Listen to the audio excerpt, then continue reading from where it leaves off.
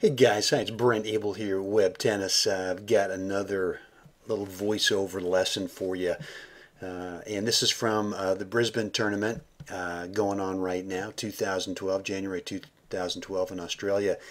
And this point between Santiago Geraldo and Gilles Simon really illustrates a shot choice we've got when we get that short ball. And you know that short ball where we kind of work the point, and this is Santiago right here. I'm sorry, this is Geraldo right here, and this is Simone over here. Geraldo serves, and sort of fights off a ground stroke there. Plays a very tough shot cross court, and then gets not really a short, obviously not a short ball. If we back this up, we're going to see it lands.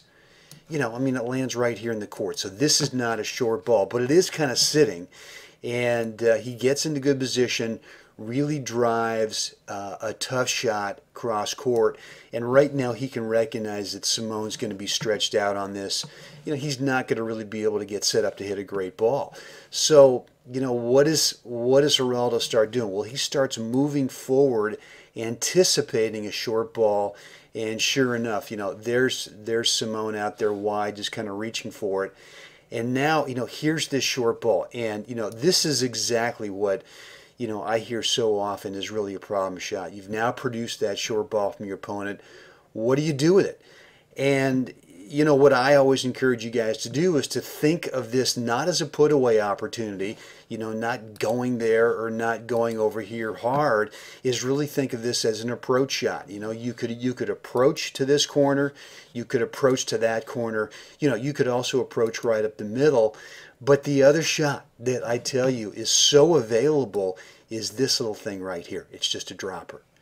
And I want you starting to think about this this short ball that you produce in here.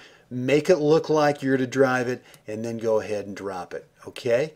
So let's go ahead and look at this in real time.